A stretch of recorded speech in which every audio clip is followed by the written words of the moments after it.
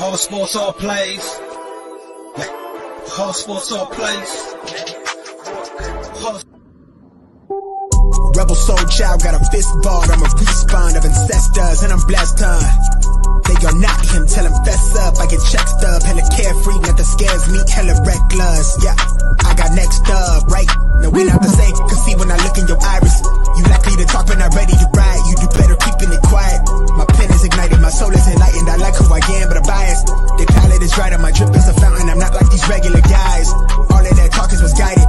She like the way I make the tape print, but the way I make the words play is grim. I'm the reaper reaching for the kill switch. The label cut the check like the blazement.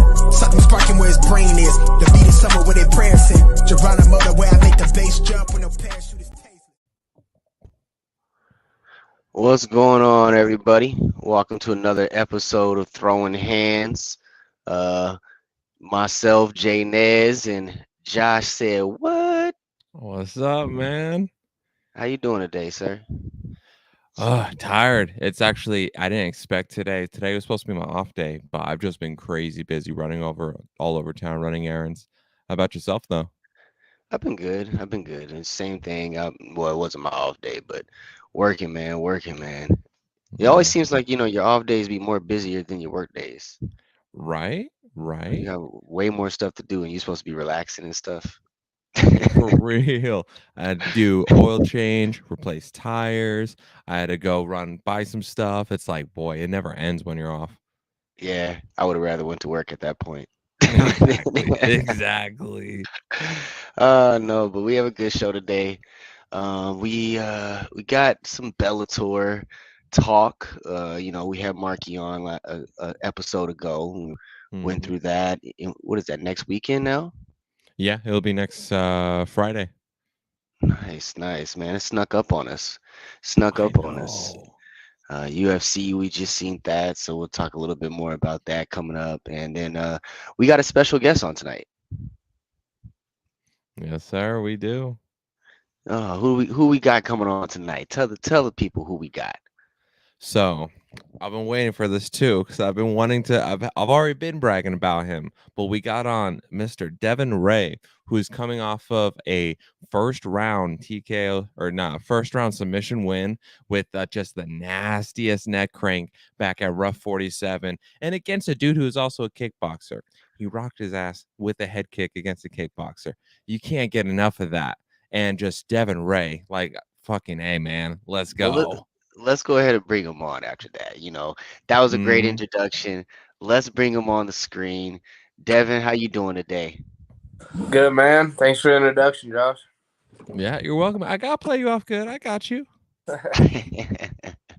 No. So, Rough 47, that was the amateur debut, correct? Yep. That was my first one. How did it feel to come out of there with a victory, first round, submission? And like Josh said, I was there in attendance as well, and it was a nasty neck crank. It looked like it hurt. It was cool, man. It was everything we trained for. Just freaking staying on the gas pedal the whole time, not making no mistakes or anything like that. It was good. It was fun, for sure. Was that anywhere near the game plan going in? Like coming in camp, was the submission on the table? Was that what you guys were looking for? Or is that just something that, like Josh said, you connected with that head kick, and he was rocked, he was stumbled, and is it just something you capitalized on afterwards? Yeah, when I hit him, I recognized it. I didn't want to really rush in and put myself in any danger, but everybody from my corner was screaming, just like start ground and pounding. I could hear it, but just wanted to be possible and get out of there what I do best, and that's breaking people's necks. So, Bro, that was flawless, especially for your amateur debut. Because so I know going into it, it was Steven Hernandez. He accepted it on like a week's notice, and he's primarily a Muay Thai kickboxer. And then 28 seconds in the first round, you come out debuting, you catch him with the head kick, and then you do that massive slam. Like, damn, bro. Oh, yeah. Like that was, I guarantee the euphoria that was just, and the endorphins that was running through you. Your mind was blown, huh? Yeah, I was surprisingly I was aware the whole time. It was very comfortable. Like, I'm sure when there's a lot more pressure going on, things will change, and I'll have to adapt through that. But right there, I was aware of what was going on for sure. Yeah, you look like you belong in there, man. I appreciate it. I feel like Definitely. Now, I will say this: that there was some highlights of the night. There was the crowd got into it a few different times, and actually not even just a few different times. The crowd was in it most of the night. We Mhm. saw some exciting fights that night, and I'll say, when you slammed, dude, the crowd went nuts, and you could literally feel that slam. Like, you just put your all into it. So, being that it was your debut, being that you did get that first rock. You know what I mean? That first where you just noticed that dude's rocked, and you have that killer instinct. You ready to go in. How did that slam feel after doing that and hearing that eruption from the crowd? I couldn't really hear him, man. I wrestled my whole life, so I'm used to having headgear on and echoes from that. So you get your own little sound. You have that headgear on. You hear a lot of echoing and weird noises, but I was just felt like I was in the moment, right where I needed to be. But when I did, once it was all over, once I stood up and celebrated and everything, I did hear a couple people just like specifically. I don't know who they were, but I could hear them freaking just screaming, dude. And I was like, dang. I was like, well, I must have done a good job on this one. I was proud Mhm. of Hey, Right. dude, we were all proud of you, especially because, we're coming from a small town like Havasu City, both you and I, and you're fighting out of Bridge City. And now you get to have this build up too. And you got into rough 47. Cause I remember Jason, he was talking to me, he was asking me about you. And that's when you and I officially like met and started talking. 'Cause I was it. asking what your background was. And boy, am I glad that I talked to Jason about you. Cause just the fact, like, boy, you are a good representation of Lake Havasu. Cause there's such an underrated fan base for MMA here in Havasu, and your style of fighting, I feel, is gonna hit exactly that. I appreciate it, man. We got a lot of hard workers. We got Trenton Byers, as you guys know, Mhm. freaking coming off. He is funny because his first debut was a head kick too. Wasn't planned. Really? Head kick TKO, and then his next one he TKO'd him. But it was just cool to have that experience, especially with him. I've wrestled with him forever, for years, and I think he's fighting for the belt on this one. So Really? yeah, he's fighting. I think his name. I don't remember his name.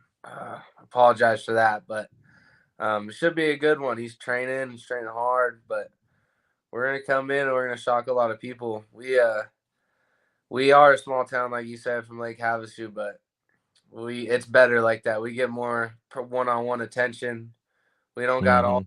freaking naysayers and wannabe fighters coming in. It's just us. We've been grinding since we were little kids, so we know each other, and we definitely aren't afraid to push each other to the limits. And got another one, Brandon Elizondo's fighting on the card as well. Mhm. So we're just hoping to get him his victory and get him bringing one back too. Mhm. Nice. Yeah, definitely. Now, I heard you say earlier, you did a lot of wrestling. So to give me a little bit of background, like, when did you start wrestling? When did you start transitioning into wanting to become more of an all-around MMA fighter? Um, I was a little kid, dude, and I was watching UFC fights with my dad and uncle, and they freaking invite people over. You start partying, your parents start watching the fights, and I was like, damn. I was like, I want to do that. And my uncle and dad were like, if you want to do that, you're gonna learn how to wrestle first. And that's kind of how it all started. My dad put me and my cousin in wrestling, and it just took off. And I went to a couple like jiu-jitsu classes and MMA classes when I was younger, but I just, the dedication you have to wrestling is like, it's so much different than really anything. You can't take no time off. You don't get no rewards when you do that stuff. You know what I mean? You wrestle because you want to wrestle. So Mhm. it's a lot different. But Once, I graduated, I tried to wrestle in college, but I was working a full-time job, fucking digging holes, and I was tired, and I couldn't it wasn't for me, the whole school and then work and then trying to wrestle. So, Mm-hmm.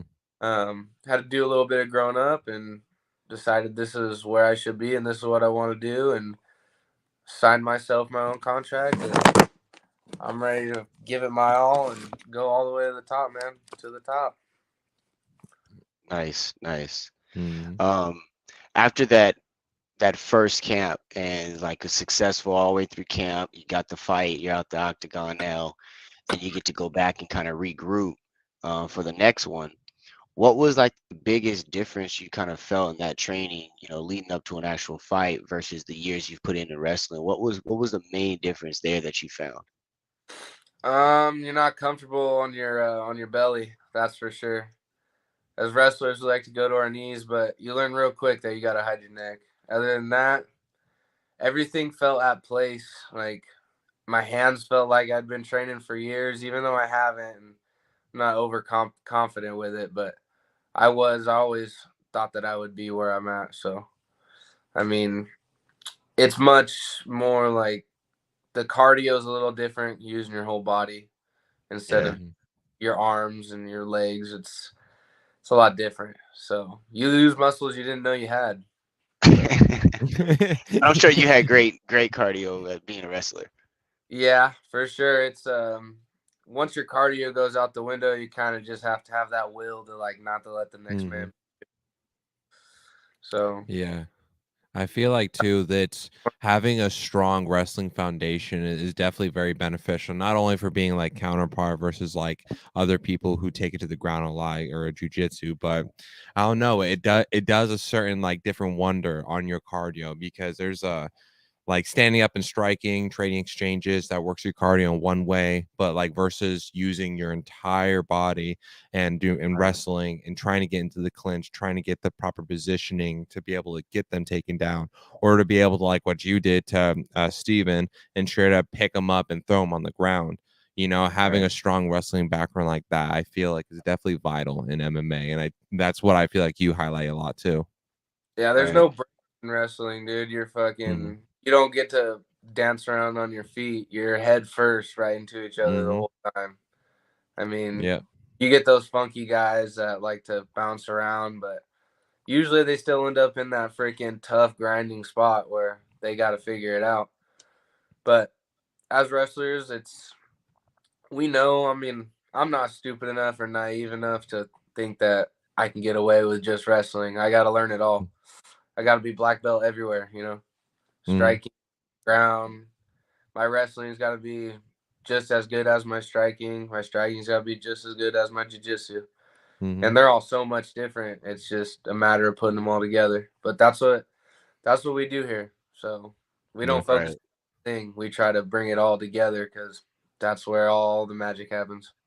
Yeah, exactly. And so for this fight or for this last fight, when you took when you had Steven come in 1 week notice and him being a Muay Thai kickboxer, did you end up putting more emphasis on working on your stand up and just your overall game standing up versus someone like that? Or did you just kind of stick with the game plan you already had?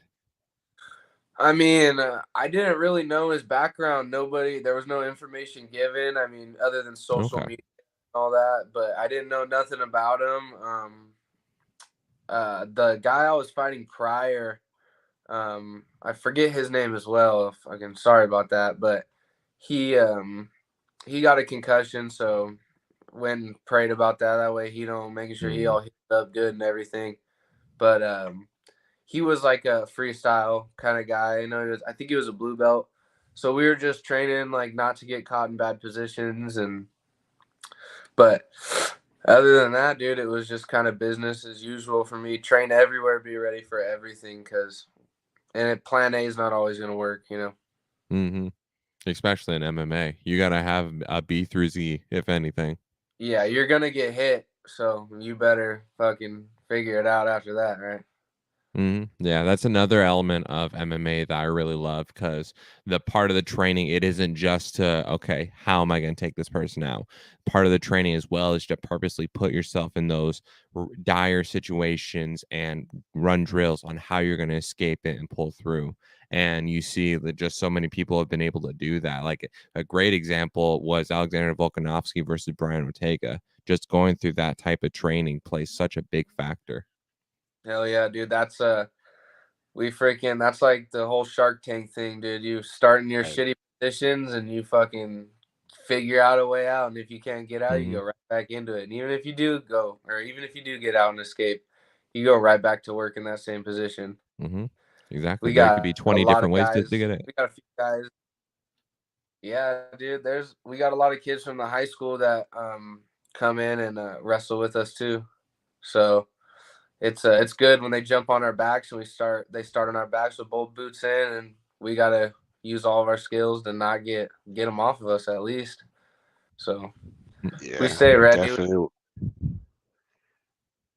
Sorry, what was that? Definitely. No, my bad. No, I was saying definitely no. That makes total sense, and I know you probably saw that pop up. I want to kind of play the replay because I don't think they get the emphasis. We're trying to get on that head kick and Yeah, that neck crank. please, Josh has been talking about this please. neck crank for like 3 episodes. I mean, every time we talk about I giving you gotta. backup, he's like, "Hey, man, this neck crank, he was about to rip his neck off." Dude, I saw a disc pop out. He probably saw Jesus for 5.5 minutes. Hey, no, but he really was, and no disrespect to Steven at all. Yeah. Uh, but he was really wobbled. I mean, besides the neck crank, his neck was probably already hurting from the kick. So yeah, no. So I'm gonna go ahead and put this up here. Let this play real quick.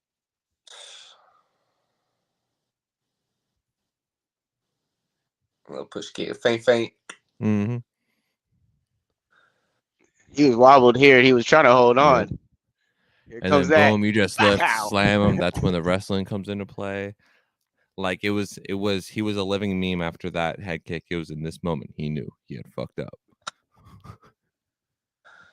Well, hopefully I just make sure he's all okay afterwards too. You know what I mean? You gotta Definitely. Yeah, no, he was a Look at great that guy. freeze frame. You know what I'm saying? Look at that monster. Look at that monster. So we got Rough 48, right? Yes, sir. Do you remember who your opponent is? Yeah, this. You fought remember this one? right after me. Who was it? It's an Enrique Barcinas. Oh, you're fighting Enrique. Okay. Bro. I know. Oh shit. We mess with Enrique. This is gonna be a battle. Oh shit. You and Enrique both are very energized fighters. Very well rounded. I love that. I love that matchup. It's for an MMA fan. I love that matchup. Bro, that's gonna be a crazy one right there. Oh shit, that's even more exciting. Yeah, we had Enrique on as well. After Rough 47, you guys both debuted there. Yep. Yeah. He just fought at LFA organization last weekend, I believe. Yep, he just fought LFA. He won. That was a really good fight as well. Another first rounder. I mean, you guys are both really, really, like I said, energized. That's the one thing that I thought, and it's crazy that you said Enrique, because out of the whole card, you two brought the most energy from the gate, and it's crazy that they went back and scheduled you guys against each other, because they probably seen the same thing I seen. I was like, man, and I said it back to back. You're right. It was back to back fights that it was just like boom, because the other fights, they had the build up, they had the different little, ups and downs through the normal fight, but you guys just came out the gate, gave it to them, and it was done. So I like that matchup. He was in my corner, or he was not in my corner, but he was backstage with all of us in our group. So we met, said what's up. Cool kid. But ready to go at it for sure. Definitely. Now, I'm gonna have to ask now because unfortunately, just because how busy I never got a chance to go back and watch Enrique's last fight at LFA. But based off the performance of your guys' last card, with how he was so quick to rush in and just start putting the pressure on and everything, how do you feel about that? Do you feel like that's gonna be an issue at all? Like you're gonna have to be put through the grinder, or you feel like you already have the answers to be able to counter that?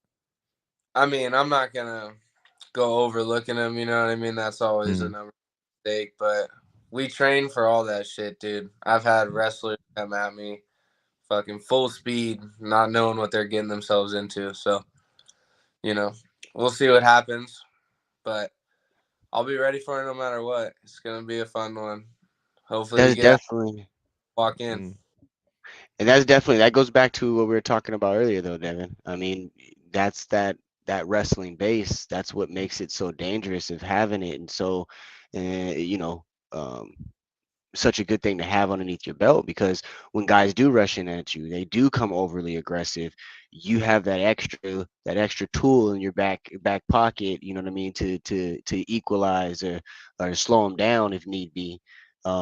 Which we seen you also use it as a dangerous striking thing to put somebody out as well. So you that's the good thing about you guys having that wrestling base. Now, with that being said, also like do is there anything that okay you've been through camp, you had your fight, now you've looked ahead to you see your next opponent, is there anything that you want to change right off the bat from being from last camp to this camp, anything you want to add to this camp without Uh, giving up too many pointers,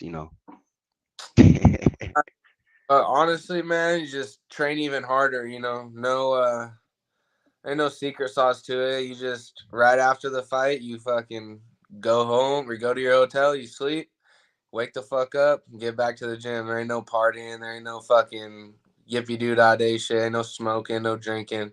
You go right back to practice. If you're about it, you're about it. If you're not, you can mhm. go fucking pecker and half ass it somewhere else. But fucking, Because we about it here. We don't party. We don't do none of that stupid shit, dude. We stay busy all game day. time is all the time, right? Yeah, we're ready whenever. Mhm. Always. Exactly. I love the mentality. That's the kind of drive that you need in the fighting industry because just like you said, the sport's super unforgiving. You're either all in or you're out because you can't just be half in, half out, or else it's gonna come more at a cost. So you gotta really put the pedal to the metal. Yeah, I mean, Definitely. that's how it's got to be. I mean, once you when you got something to celebrate, you can have a little bit of fun here and there. But it's your MMA debut. There ain't nothing to celebrate except finding all the things you did wrong. I know my fight was only 28 seconds, bro, but I saw plenty of things that I shouldn't have done. So That's good. go That's back to good. it. Ain't nothing to get all happy with. You know, you did good and you didn't get beat up in front of your family and friends. That's all that matters. So Right, Exactly. right. um so one other question I have, I always ask anybody that comes on the show: who did you who did you idolize growing up as far as a fighter? Who did you say, man, that is the guy that made me want to do this?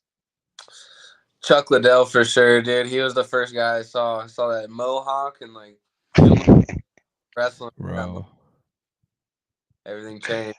Him and GSP, and you know, it kind of trickles Oh down yeah, the older you get, and people start falling off, and new guys start coming in. But always a student of it for sure. I used to love Chuck Liddell's his stance. He's just that wide, like no Yeah, matter what you Mhm. do, I'm gonna get you. Yeah. And it was so weird because you think that he wouldn't be able to throw like that just because it's such an awkward way of throwing. But no, he's and, ice cold. and He's ice accurate, cold. he's a Yeah. accurate. sure. That man's crazy. Yeah. God, I the way look he at. tore through Tito Ortiz. Oh yeah, those are the good ones. Dude. Those are the ones you rewatch 100 times. Yeah, Mike, he see it in him. Yeah, Hey, he's going through that grind. Yeah, it's fucking 115 out here all throughout the day, outside shoveling, digging holes, and then practice. So Hmm. yeah, they, man. We're all the Arizona Triangle right here. We all out Mhm. here in AZ. I'll be at rough 48. I was at rough 47. So I'm gonna see your first two fights. We're gonna make this a thing from now on. Yes, sir. Mhm. I'm excited. So we usually leave you a couple things before we go. Um, what is your message to kids out there, growing up around the world, going through different things and looking for something to get them keep themselves out of trouble? What's your message to them? Oh, for sure. Keep them out of trouble. I mean, find something you love to do and don't ever look back, man. Don't get involved in all the crap that's going on at school. Try to just stay in your lane. Because no matter what, at the end of the day, dude, all those people you're hanging out with, then they ain't gonna matter. Couple years down the road, when it's all said and done, dude, those kids aren't ever gonna talk to you again. Just stay on the path. There's so many things going on right now, and so many ways to get known and put yourself out there with whatever you want to do. With all the interviews like this, social media, people are making millions of dollars sitting behind a freaking computer. So, I mean, it's pretty easy nowadays. So, you just got to stay focused on whatever you want to do and stay out of the politics for sure and just Oh, live your life, man. Mhm. Yes, sir. Yes, sir. And not only that, but a great inspiration to all the kids here in Lake Havasu. It's like I say, a time and time again, I've told people in regards to Havasu is that it's really underrated the potential here, especially for MMA. And when we get to have people like you that is now coming up, aspiring and looking and fighting for that greatness to set an example for the kids coming up and to be kind of part of that next generation that really shows it's everybody kind of goes through something, but when you put your nose to the grind and when you really work your hardest and you have that ambition and drive, it'll take you miles and leaps and bounds. And you Oh, definitely, I want to keep on commentating. I want to keep on seeing your fights, and I want to see that led by example too. I appreciate it, man. Yeah, we all got a freaking story, you know what I mean? But Hmm. you just got to keep your head down and not worry about the bullshit that's going around on the outside of it because it's all just talk, talk, talk. No matter. Hmm. right. Focus. We Exactly. all we all got a story, but we have to write our own ending. You Yeah, know. and put Exactly. control of that freaking book, man. You better get Hmm. your paper out and not let somebody else do it for you because you Exactly. ain't going to like the way they write it. Exactly. Definitely. Well, Devin, before I let you go, is there anything that you want to say to anybody out there? Nothing much, man. Just thanks for the support.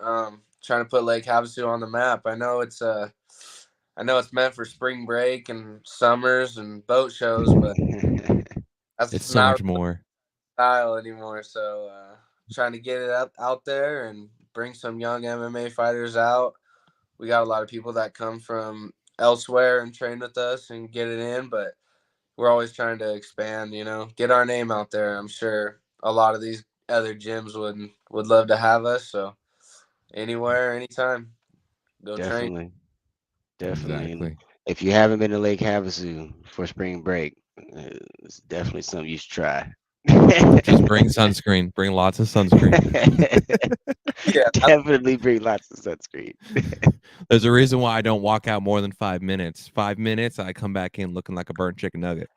yeah, uh, when I go out in the sun. for real. Well, Devin, no, I thank you for coming on. We appreciate you giving a chance to talk to you. We're definitely here. We're gonna be supporting you. Uh, Mhm. we're we're waiting for the next one. After you pick up another victory, we're waiting for the next one. So Yes, Yes, sir. sir.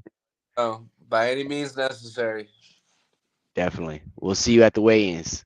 Thank All you right, guys. yeah. You take Thanks. care, man. Peace out. All right, that was great. That was great. Yeah, it was great. I love that kid. He's so badass. He's super chill too. Yeah, no, it's crazy too. Like you said, when he said Enrique, I was like, man, that's gonna be a great Right. fight. Great Right? fight. Two That two balls of is. energy. I love his style too because he seems just way more, um, centered, just ground centered, and Mhm. and I think that that's gonna be a thing for Enrique to have to get over because Just off the last 2 fights I seen with him, both of his opponents stood straight up with him, and I think with his wrestling base, him being able to switch levels with them, it's gonna be Mm-hmm. a good fight. It's gonna be a good fight. Yeah. Yeah, exactly. And I'm still mad I didn't get a chance to see Enrique's fight just recently with LFA. But yeah, just looking off how he's performed so far, he's like as soon as Devin dropped the ball on that, my jaw just wanted to drop. I had to still play it cool, but it's gonna be a wild matchup to see right there because yeah, that's Enrique's fight just on Rough 47. It was just immediately straight out the gate. He was just going for blood. He was there to just go after it in the first round and rip your head off, and you could tell that he was just rushing for it. And so I'm Yeah, curious to see with how well balanced Devin is. Like you saw, and for the time that he was in the cage in the last fight, he was balanced. He had his center of gravity under control. right, He knew what he was doing. And so I right. wonder what will happen when if Rike, if he brings in that like unstoppable force again, will Devin have a counter for it, and how well will he be able to counter it? Like that's what I'm especially now interested in seeing. I already know he's gonna have a counter. It's not about Yeah, if. It's gonna yeah. be what Enrique does to counter his counter. Because that's why I said this is gonna be for me. You don't get a lot of good amateur matchups like that right off the gate with Mm-hmm. just two really good fighters. And like I said, I mean, I'm gonna show you too. Enrique's a highlight of his last one Oh towards the yeah, end. sweet. Let me see where is it at because I don't want to Yeah, too because much. I know Enrique, he's a savage in the ring. Like just from Right, what I saw, I talked to him for a little bit and then how he was preparing for it, you could tell like he was that the expression on his face and how it would change from being like more chilled, relaxed, then as soon as the fight kicked on, it was like no, it was game time. right. All right, let's go ahead. So as you can see, he's already mounted here. Mm-hmm.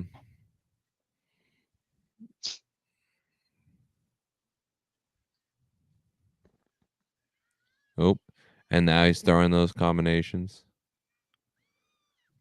We're gonna go ahead and mute that. Yeah, see, and Oh, and then he does this. that's the part that I think is gonna be good with Devin because he go in on Devin. We've seen what happens when Devin gets his hands around you. So Mm-hmm. you're gonna have to watch out for that. Um, Exactly. And one of the first fundamentals of wrestling is how not to get taken down. right. And that's the biggest thing we were talking about earlier with having that base, that wrestling base is that takedown defense. Mhm. Being able to keep them off of you, being able to hold them off you like that. And the nicer part about this is they're both great strikers. As we seen, Mhm. Devin got caught him with a leg kick. Enrique's first fight, he caught him with a nice right hand, and then did some ground and pound. But they both had submissions as well. So that's Mhm. the nice part about it. They're both well rounded. Um, See, this was a nice spot too. The dude had him up kind of posted up against the fence. Yeah. Yeah, a single leg up. Like for people that aren't used to being put in those situations, when your opponent has one leg up like that, it could be It's a very bad easy to situation. get switched off balance and taken down. But if you've at least done enough training, like you saw with Enrique, he was able to stay standing up and able to get out of it before he got put in any dire situation. He's great too, maintaining that dominance because he keeps But on finding a again, way to get the back. but again, seeing that matchup against that wrestling, Hmm. I don't think he gets that takedown right before this. I don't think he gets that as easy on Devin. I don't think Yeah. he's able to get those legs. He's able to get those loose limbs, so to speak, Yep. like that. Yeah. I See, didn't. and I this is feel like. another spot I had seen that I hadn't seen from Enrique obviously yet. He was on his back here. He did really Uh. well. Yeah. And if I don't, just looking offhand at their body frames, it looks like Enrique. He also has his arms look a bit longer. So you never know how that could play. Because if he gets caught in like a closed range and trying to exchange with Devin being the one with shorter arms, he may have a bit of an advantage. So I don't know if Enrique would want to try to stand outside and pick him. But I don't know. This is tricky because you saw the last fight, Devin. He could also have some range. He could catch you. He's got some tricks up his sleeve. Well, if he's throwing those leg kicks like that, that extends Mhm. everything. And then, like I Exactly. said, I mean, when we looked at that, when we were talking about that, like I was saying earlier, he got that low center of gravity. He's able to, change levels on him. He's able Mhm. to move around.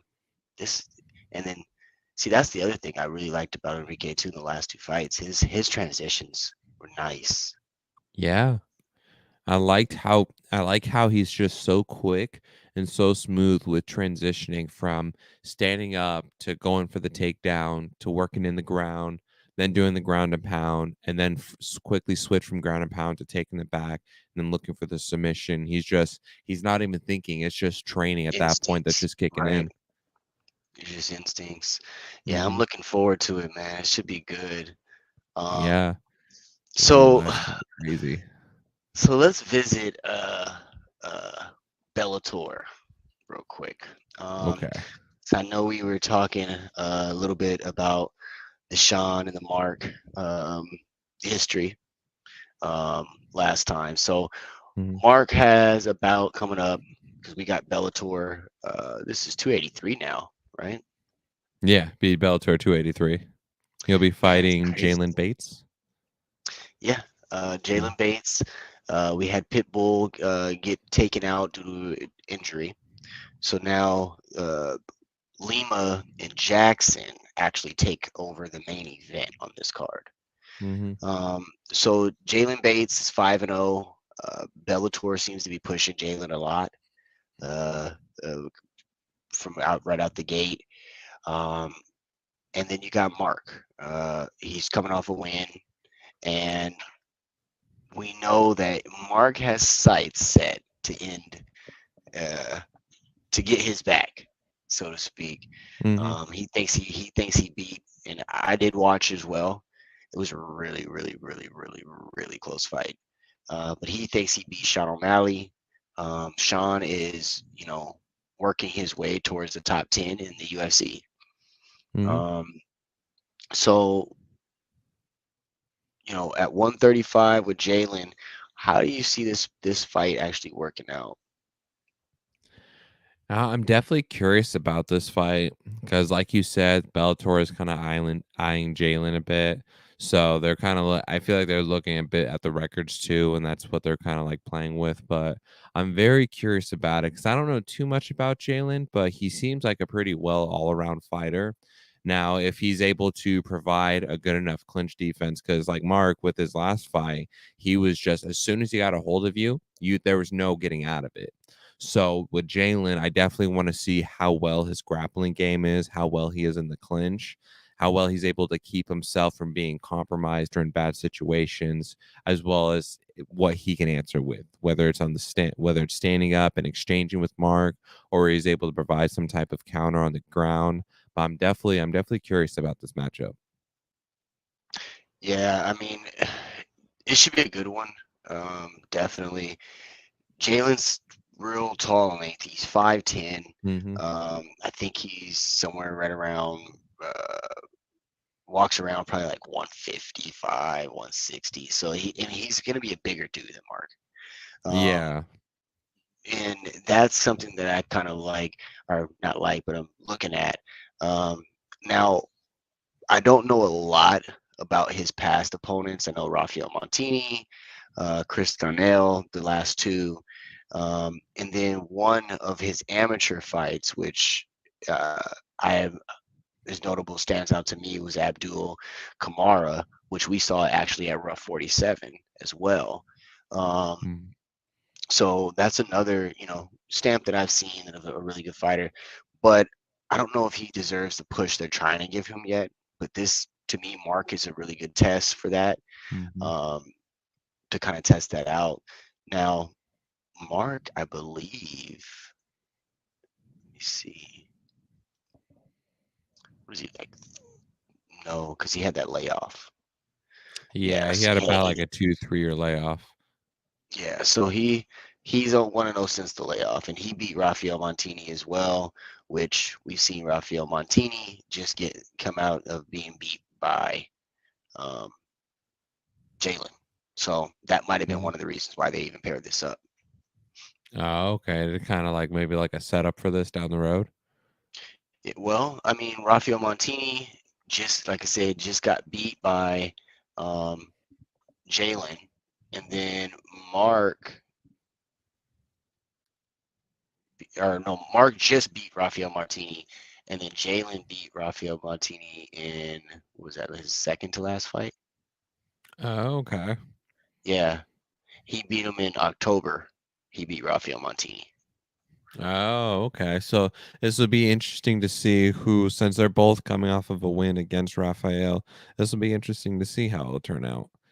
Yeah, definitely. I mean, I it's definitely something where Mark can really get in where he fits in, so to speak. Get a multi-year Hmm. contract out of this, grab a couple fights, and you never know. We could be seeing Sean and Mark face off. Yeah, especially if Mark is able to to just burst into the top 10 like he says that he's planning to, and if he just keeps that momentum going, then oh my God, I would absolutely love to see him one day maybe in the UFC, and then for that grudge match to finally happen. Because yeah, it was like you said, it was watching their fight all that time ago. It's a close fight. Like it is. It's a really close fight. You had Mark, he kept on getting a lot of like ground control, back control and everything. And And we know Sean, he he's good had at the that. exchanges. Yeah. So I don't know. I'd be very interested to see that down the road. Man, no, but I'm especially interested. I really want to see how this bout with Jalen turns out. Because I won't lie, of course, I'm gonna have my bias. I am rooting for Mark. I definitely want to see him win, especially Right. with like his whole lead up into this too. Oh And man. like anybody that comes off of even just like a rocky career. You got Charles Oliveira, you have Anthony Smith, who even if he didn't even win the belt, you see just how much he catapulted, and then all these Right. other greats in the past too. Like when if you get that fire lit up under you and that like that just it clicks finally, then bro, Right. there's just no stopping you. So I'm really excited to see what kind of game Mark brings to this one. Yeah. I mean, it should be good. I mean, just rounding out the prelims, there's some really good notable names here. Kai Kamaka fights Ahmed Magmadov. Um, Hmm. Romero Cotton fights Dalton Rasta. Um, Vita Artiga versus Vanessa Porto. We already said Jalen Bates and Mark Coates. Ethan Hughes and Kevin Hand. Those are two newcomers in the Bellator circuit. Uh, and then you look at the main card. Um, of course, we already lost Pitbull, but still, it Hmm. rounds out pretty nice. You got Lima Jackson, Outlaw Musayev, uh, Chris Gonzalez versus Usman Norm. I always pronounce his name wrong. Nurmagomedov. Yes, Nurmagomedov. Uh, but there, and then Larkin and then Davion Franklin fighting both is on the main card as well. Hmm. So this is really a stack card. I'm kind of Hmm. hurt that the pit bull thing happened because that would have just made this card over the top. Hmm. But it's still a really stacked card. Yeah, Pitbull. He's been one of the newer fighters in Bellator that I've started to get more into. Since I've started to watch more and more Bellator. Douglas Lima, I am excited to watch him because he was I'd say one of the very first people that really spiked my interest, especially like his that wild like just crazy knockout that he got on MVP, and just he's got some killer freaking His leg fight kicks style. too. He's just a crazy fighter. So I'm really curious to see how his matchup against Jason fares because I don't know. I'm interested in that one, and then I want to see too Usman and Magomedov and Chris Gonzalez's fight Yeah. because if Magomedov, that's his Habib's brother, right? Or I Right. know he's in his family, yeah. So Something like that. His brother or his cousin. yeah. And he's 14-0. He's undefeated right now too. So dude, it's just It's that one of those that never things where he's gonna have to get a shot soon. Like, exactly. can't deny it no Exactly. longer. Exactly. Yeah, because it's like people can argue as much as they want in regards to like padded records, stuff like that, and just kind of being given those W's. But still, in the sport of MMA, when anybody can beat anyone on any given day, just to keep an undefeated record, especially across different promotions, that's 14 something that straight? not everybody can do. Exactly. No. And like you After see, oh, go ahead. 14, I was just gonna say 14 straight. Yeah, I could see 5, 6, maybe 7. We could talk about padded victories and Mm-hmm. all this, but 14 straight against professional fighters and a main circuit, you're doing something.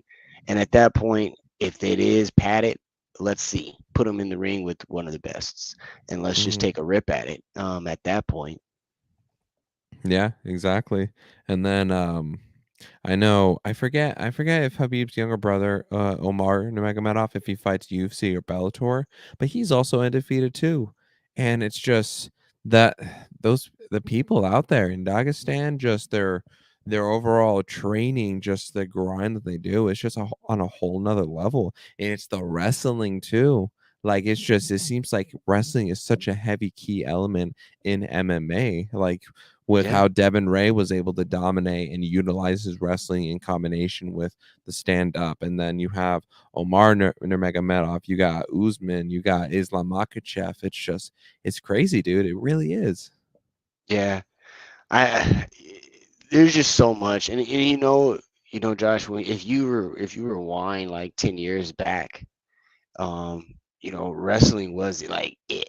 It was like the stronghold of the UFC. I mean, if we go Hmm. even further back, 20 years even, that was the stronghold until you started seeing more strikers come about. You started Hmm. seeing Anderson Silva. You started seeing Chuck, knocking folks out, Hmm. with his hands. You started seeing the Tim Silvas, and then we started transitioning. So you always, but most of the champions that last long have a very strong wrestling base. Hmm. It, it, they're able to protect themselves a little bit more, just a little bit more, and I think in return it extends their career. Yeah. And I think that they have like a knack for being able to just kind of like take the damage and roll with it and to kind of keep going through it. Because like Jordan Burkholder, when he fought Rough 47, he was primarily a wrestler and he'd eat shots going in and everything, but he still maintained the domination.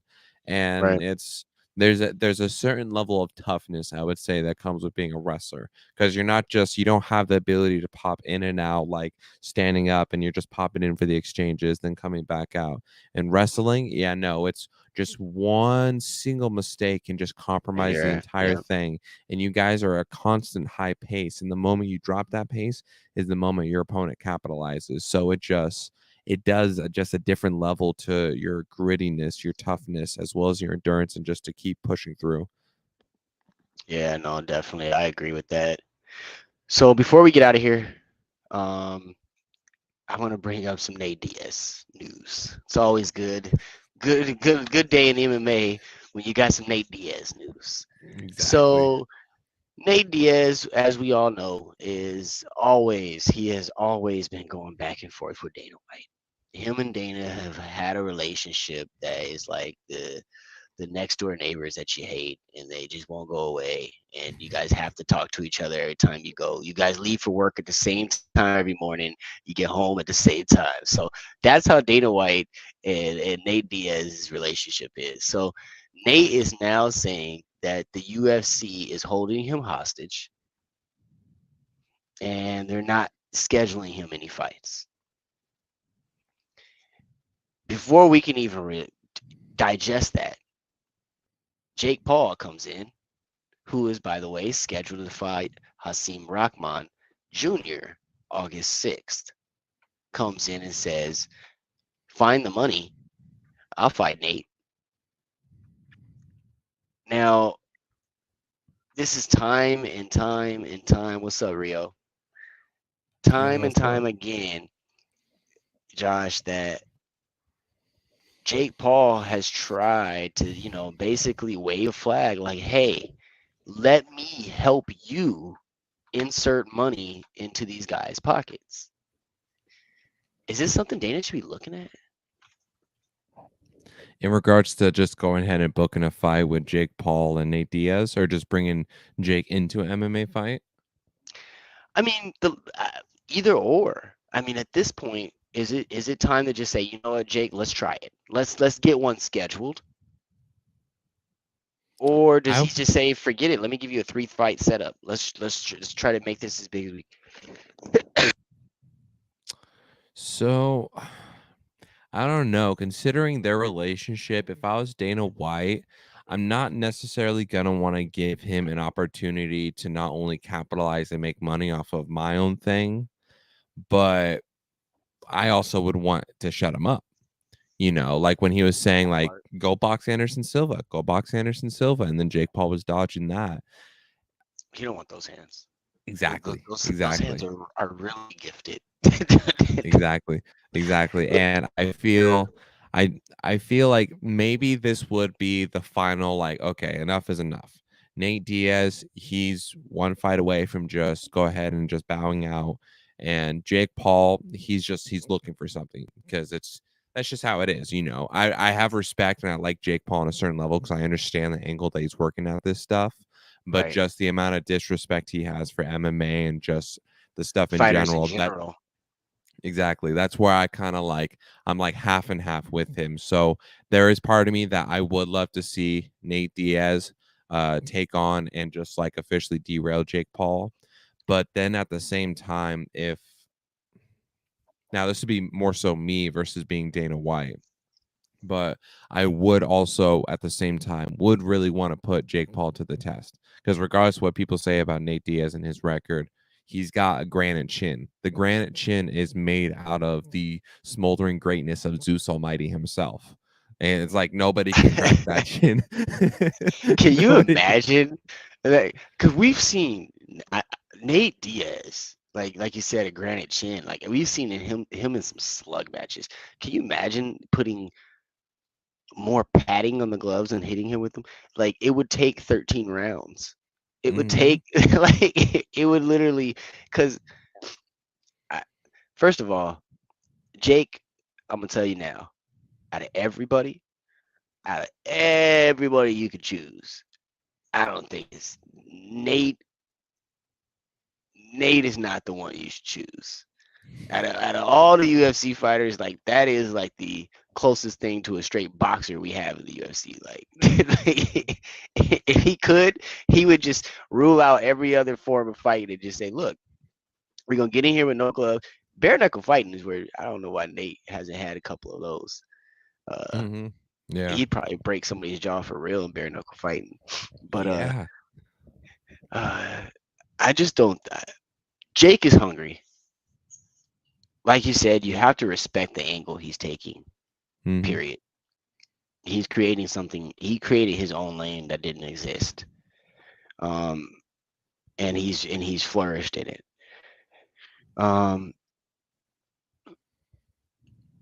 I will say that I don't think that what Jake has said or done or anything right here with this addressing Nate the way he has. But in the past, he's been horrible at addressing these type of situations. I think he addressed this one a little bit better because he knows that Nate Diaz will reach out and stalk and slap him in public wherever he's at any time. So I think he's going to carefully tiptoe around this. But give it to him already, Dana. Give it to him already. Give him, like you did James Toney at the age of 52. You did, like, we could go on some stuff that you shouldn't have done. Do this one. Like even had the BMF belt, which was just its own like one and done thing. So I would love to see it, because I feel like it would also be a good test to like really see too at the same time if Jake is truly capable of that. Because first off, you could crack Nate Diaz all you want. Question is that even going to phase him, because he just walks right through it? And then is he going to be able to handle the pace, the cardio, the endurance, the volume that Nate Diaz dishes out, because he's not just going to throw full strength in each shot. Nate Diaz, he's just going to keep on getting you. He's going to let it accumulate, build up over and over again until you just can't take anymore and you just bow out. Right. And that's the thing too. I mean, you had Ben. Like he fought Ben first, and then his second. Like you haven't had a dog. You ever been chased by a dog before? Yes, I have. It ain't fun. But there's different levels to get chased by a dog. Like you get a Chihuahua. You know you don't want to get caught by a Chihuahua because a Chihuahua ain't gonna stop. He gonna bite your ankles up. You get a decent sized Chihuahua. It might hurt a little bit. So you running. But boy, let Smokey, the big Rottweiler down the street, get out. It's a whole different type of run. Let the pit bull from down around the corner get out. You jumping on cars, you climbing trees, you trying to get on top of roofs to escape that. And that is what he's gonna get in. He went from run away from a Chihuahua, messing with Ben and them, and then he graduated. And now if he gets in the ring with Nate, this is the pit bull, this is the Rottweiler, and you're gonna be trapped in the cage with them or the ring with them, so to speak. And I want to see it. I want to. I want to either say, "Hey, Jake, my bad. Do your thing. You've done enough training where you can fight at least. You can hold your own now." Or I want to say, not any guy off the street could just walk up and talk that ish. It's gonna be one or the other. Exactly. And of course, because of how it's been so far, I wouldn't put it past for Jake to somehow pull a W. Because the first fight, only because it seems like it seems like the wildest shit always happens. I swear, the first fight with Tyron Woodley. I had Tyron Woodley, or no, never mind. I did have Jake. I had Jake winning that, and I was just right. I had a feeling that Tyron Woodley, he was just going to be too hesitant. He was going to choke up like he has before. Then the second fight, though, I was like, you know what? Tyron Woodley, hands down. I feel like Tyron Woodley's hungry now. And he made that mistake in the first one. He's not doing it again. And then when Jay caught him with that crazy right hook that put him to sleep, I was completely shocked by that. And with just how crazy fights have been, especially just generally over these past couple of years, like Canelo, for example, I don't know. It's just I keep a level of doubt and just a level of anticipation that maybe that 1 in a million shot could actually happen. So I never put it past, but otherwise I still favor Nate Diaz. I mean, I feel you there. Yeah, that's an honest critique on it and a take, but it's Nate. And you know what? Other guys I even have in the back of my head, there's some amount of money that they would accept to get beat. There's some amount of money out there that they would accept to get beat. I don't think there's an amount of dollar bills that you can muster up and say, Nate, let someone slap you in the face. I just don't see that in Nate Diaz. Yeah. Or his brother. No. The Diaz brothers, they don't care. So it's really, really hard for me to say that I see what's the name winning. Now, I'll tell you this. I didn't think that Jake was going to win the first Tyron Woodley fight. The second Tyron Woodley fight, I got to interview Jake and I got to interview Tyron Woodley. And there was two different people. Jake was serious. And you could feel it in his interviews, the way he was talking. Tyron Woodley was unsure. Like, even in his answers of things, he was just unsure. And I was like, oh, yeah, he's really tapped. Like, that really hurt his ego. I mean, he just retired from the UFC in the fashion that he did. that loss, even though he didn't get knocked out, that loss really hurt the man's ego. So, but yeah, man, another successful episode. We got, is it this weekend? No, it's next weekend. I'm off on my for Marco's fight. Yeah. It'll be next Friday. So I know that we'll record next Thursday, and then the next day will be the actual fights. Yeah. We're gonna have to find something between time to keep us busy because I'm trying to fast forward to that Mark Coates fight and get him back on here with his victory interview. Yeah, exactly. And like right now, I'm trying to do a bunch of promotion stuff for Rough 48, and then same with the fighters here in Lake Havasu. So I'm gonna keep myself occupied too until the fight. Definitely. Well, anything you want to let everybody know beforehand? Once again, thank you guys so much for having me on. It's always a privilege and it's always an honor to be on. If you guys want to check me out, I'm on Instagram at JoshSedwhat921. I also have my podcast, Josh Said What. It will be the podcast that'll change the world. But no, thank you again for having me on. It's a great privilege to be on this, man. Oh no, we love having you. It's my pleasure. So, and to everybody else out there, we will see you next Thursday. Again, we have I always had to do this, figure out which side I'm moving to on here. But again, we have a call-in fight. He's trying to make his decision on where he's going to college. So we have an exclusive interview with him and his head coach, Whitney Keeling. So he's actually got it down to 3. UTSA out there in San Antonio. My guys, guys and girls at Sports by the Numbers. Another one of the cliques we roll with. And then the Beavers, we definitely don't want you going there, guys. And ASU, come on down to the Ponderosa. We treat you right down here. But definitely keep that up. Don't miss that for sure. That should be a good one. But until next time, JayNes, Josh Said What, signing out. Adios. Whole sports all plays. Whole sports all plays. Rebel soul child got a fist ball, I'm a respawn of ancestors, and I'm blessed, They are not him, tell him fess up, I get checked up, hella carefree, nothing scares me, hella reckless, yeah, I got next up, right, now we not the same, cause see when I look in your eye,